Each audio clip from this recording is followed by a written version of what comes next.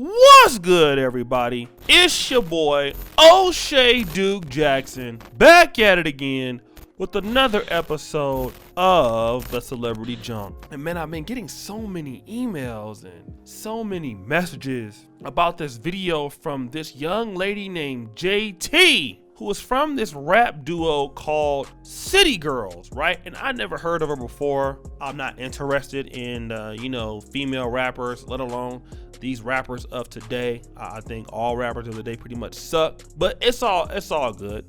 She's a part of a rap duo, right? JT, City Girls, and they're from out of the Miami area, right? And I believe one of them is from Opelika in Liberty City.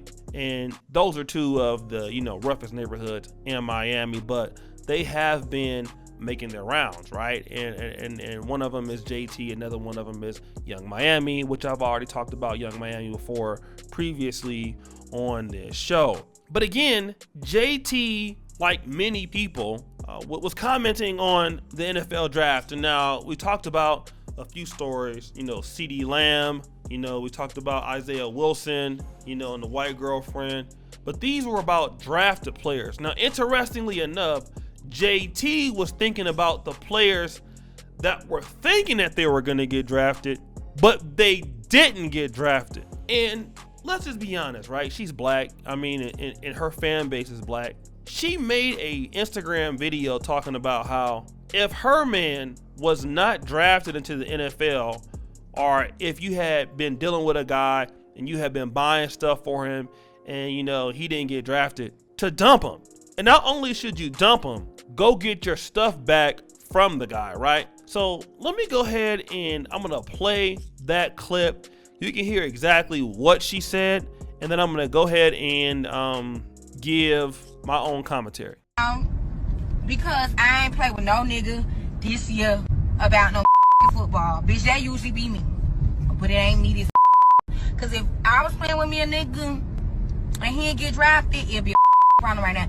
So I wanna say I apologize to all the ladies who were holding them niggas down through all them years in college and they didn't get drafted. Some of us was going long as high school and then took that bitch to college. No, bitch. Go get all your Jordans back. Go get all your shit back. Some of y'all probably even bought them niggas jewelry. Bitch, go get your shit back right now. All right, let me, talk about this, right? You guys heard what she had to say. And again, here we go with, certain sisters who have some hatred towards men, right? And we're going to talk about it because they have a track called F Dat Nigga, right? And this was a diss track towards their boyfriends for not giving them money when they asked, right? So this is the kind of person that we're dealing with here. And let me talk about what she was saying. Basically, the only reason why you're holding him down, you're buying him things, is because you think he's going to the NFL, right? I mean, that's the only reason that you seem to be interested in these guys. If he can't do anything for me, F him. But you know what? I want to talk about this because there's a guy that plays running back for my football team, the San Francisco 49ers, and his name is Raheem Mostert, right? Now, the reason why we want to talk about Raheem Mostert is because Raheem Mostert played running back at the University of Purdue, and he's also from the Florida area. But see, what ended up happening was Raheem Mostert went undrafted, and he bounced around from different teams. The Philadelphia Eagles, the Dolphins cut him, the Baltimore Ravens cut him, the Browns cut him, the Jets cut him, the Bears cut him. But the one team that kept him on was the San Francisco 49ers, right? And anybody knows about, you saw him play in the Super Bowl. You saw how good he did last year. Raheem Mostert is a beast, all right? He did a really great job this year. So much so that we ended up trading Matt Breida to the Dolphins because Raheem Mostert, he really did well. But he was not drafted. And do you know who was with him the whole time while he was undrafted in his personal life? His wife. Now, his wife is named Devin Beckwith. But do you know what race his wife is? His wife is white, all right? That's his wife. Now, here we are talking about, white or Hispanic. I believe she's, white. Now, when a brother whose wife sticks with him when he's undrafted, isn't going through anything, going through so much, going from team to team, and this woman is a non-black woman, and she's telling him things like, baby, you can do it. Baby, you can make it.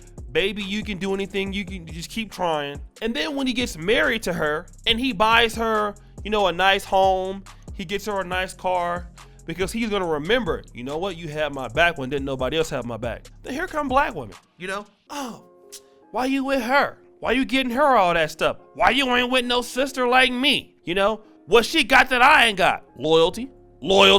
And see, we gotta talk about this, because see, what JT exposed, it was not just this whole idea that, you know, she's a gold digger and she's not, you know, really sticking with, you know, the brothers.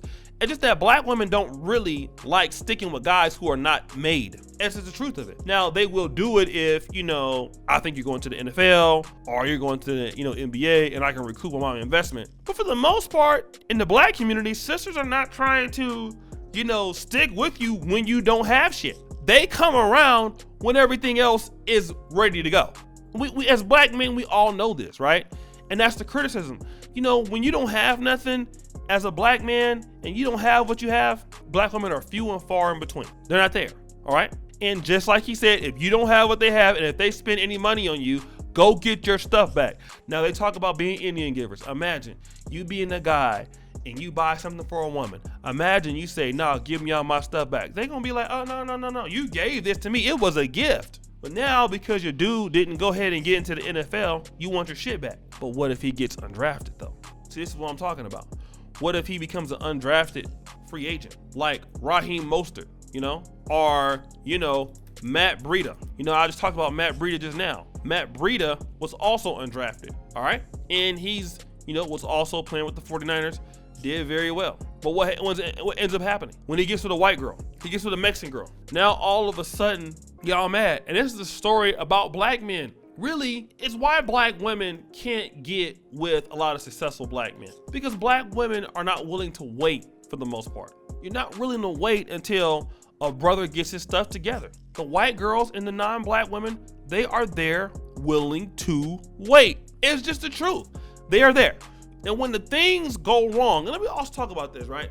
A lot of times sisters invest in the wrong guys. There are a lot of guys out there who are Pookies and Ray Rays, not good athletes, and here you got sisters investing in bums, not investing in good quality guys. Now, if his only plan was the NFL and not anything else, whose fault is that? You can invest in a guy who never turns into anything, but you can never invest in a guy who turns into a lot. No, because that's what the other races of women do, right?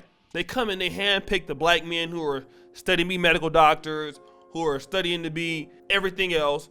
You know, who's the guy, man, that is Marcus Brownlee? I'm gonna bring him up right now. Marcus Brownlee. Look at Marcus Brownlee. He's a YouTuber. 10.9 million views, million subscribers. Tech channel, right? You see it right there. Over 1.8 billion views. What about when he was coming up? You know, studying and all that stuff, studying tech. Think sisters were interested in him? I mean, look at this. He's talking technology with Bill Gates in 2020, right there. Did a video with Kobe Bryant, rest in peace. You know who his girlfriend is? White girl. A lot of successful black men, their girlfriends, significant others are not black. Why? Because they know how to be patient and wait on a good guy. I wish to God that our African-American women could do the same thing. Invest in the right guy and stick it out. Because there's a story I want to talk about real quick. There was a girl that I knew. Her boyfriend was going to be to school to be a firefighter. He had like 6 months to go. She was tired of supporting him and all that. He's like, listen, baby, just do this for 5 more months. I'm almost done with the school. She was like, no. Took his daughter. They broke up. He finished. She went and got with a struggle dude. Now he's making over $125,000 a year in Antioch. She's struggling up with some toothless 45-year-old nigga. All because she couldn't wait. But anyways, you guys know what's up. It's your boy O'Shea Dude Jackson, back at it again with another episode of Celebrity Drunk. Make sure you like, comment, subscribe, hit the bell. All black men should be subscribed to this channel, right? Definitely want to make sure you do that. Go to the first comment pinned to the top. And also, brothers, one thing I want to talk about, and I want to say this. Subscribe also, share, and then also check us out on the patreon.com, right? We have our personal videos there. And don't forget to buy our Teespring, if you can, our Black Men Are Perfect t-shirt. Shout out to all you brothers doing that. And as you know, the buffoonery remains at an all-time high. I'm out.